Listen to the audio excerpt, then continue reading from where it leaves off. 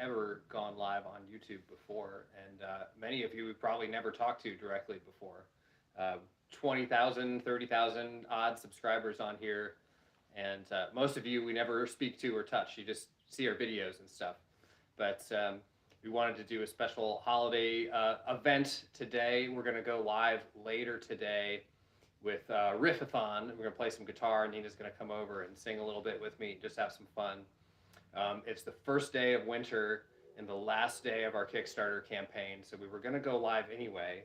And what we didn't realize is that today is the 5th anniversary, 5 years to the day of arriving in Catalonia, flying in, going straight to the Olympic Stadium in Barcelona, and playing to 55,000 people, opening the concert for the political prisoners with our version of El Segadors, which was like a life-changing event for all of us. The whole experience of El Segadors going viral in Catalonia was life-changing for us. One of the most incredible educational and just memorable things that's ever happened to us. It's been 5 years now.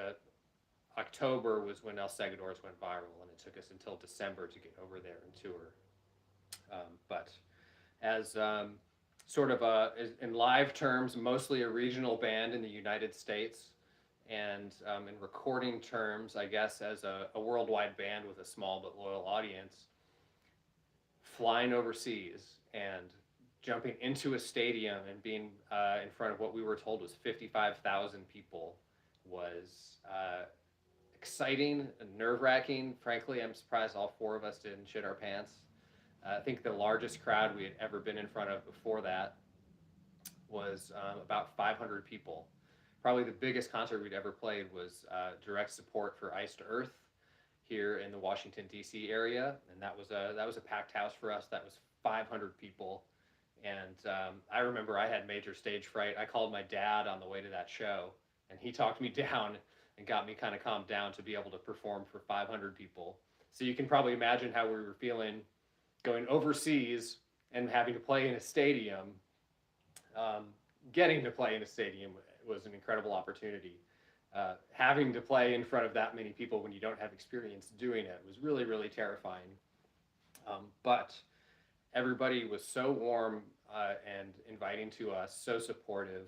The fans in Catalonia surprised us and blew us away at every turn. There were a lot of naysayers who said, "Oh, you're going to go over there, and they're just going to, the crowds are going to demand you play El Segadors, and they're going to chant for it, and they're going to interrupt your other songs, and they're going to get mad if you don't play El Segadors, and they're going to leave as soon as you play El Segadors." And we got there, we went from the stadium, which went off pretty much without a hitch. If you watch the video of the song, I do actually mess up the intro of the song because I was so nervous. I think each of us had one tiny mess up because we were all nervous, and it was freezing. I had to go out cold, literally cold, and play that intro melody, which is fairly simple, but my fingers were freezing. We were on national TV. We were on Cat 3 in Catalonia, and just about as nervous as a human can possibly be, and cold, and jet lagged a little bit, and but I think we pulled it off. And our producer Kevin flew over there with us, and he wasn't running sound for that performance. He was more stage managing for us and being our moral support. So he really helped us get through that. And then, of course, the fans were just absolutely amazing. And I'm so glad it was captured on video. It's the Cat 3 video is on YouTube. So that was just a major life event. I don't know if we'll ever play in front of a crowd that large again, but it's just kind of a cool feather in our caps and a great memory. I remember yelling at our drummer Chris, because Chris is famous for wearing these like $8 Walmart sweatshirts that don't even match. So he's backstage right before we're supposed to go on, wearing this $8 navy blue Walmart sweatshirt, not even a hoodie, not a zip up, just like a $8 pullover sweatshirt. And he was about to go out on stage with it. And we all looked at him and was like, no, that's not happening. And he's stubborn. Fortunately, Kevin, our producer, was there. He was like, no, you're taking that off. So if you see him and he looks cold, and a lot of people did mention like, wow, he must be like a Viking or something to play in the cold. Well, that wasn't his choice. We made him take his sweatshirt off. But was just a really, really great time. And now that I'm a little older and I got a little more gray on my beard, I can look back on it and appreciate it even more. Um, and another thing that was special about that day, this day 5 years ago, was there were two shows. We went from the stadium, which was a first for us. We went to Terrassa, and we played our first headlining club show in Catalonia that same night. And I mean, we went straight from the stadium directly to load in at this gig. Um, Actually, that's not true. I think we may have had to stop and pick up a soundboard because we rented our own soundboard for that tour. So we even had an extra errand to run. But basically, we went straight to the gig, and that was another one we were nervous about because we weren't sure how people would receive the rest of our songs. You know, we'd never toured in Catalonia before, and we were worrying about what those people had told us. Like, oh, maybe they're gonna demand you play El Seguidors first, and then everybody will leave. And we found people singing along to Out of the Darkness. People were singing along to Kill That Bitch, incredibly, Uteroth, and we even did a song or two after El Seguidors. You know, we did a 90-minute set. We played El Seguidors towards the end, and everybody was fantastic, high energy through it, and they even let us get away with doing a couple songs after El Seguidors. Super long lines to meet people and take photos, and it was just one of the best experiences of our life. And I almost feel guilty feeling good about those memories because originally the whole experience sprouted from the October 1st referendum and the police violence over there, which was obviously a negative thing for a lot of people. And you know, we support the Catalan people and whatever they want to do in choosing their own destiny. And it's not really our place to comment on it beyond that. But we know that it was a trying time, and that people were, you know, happy that we had released our version of El Seguidors at that time.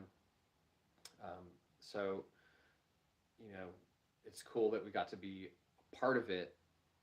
At the same time, there's that little bit of guilt that something good for us came out of something bad in general. Although I think it was also a time of a lot of, you know, national pride over there. So.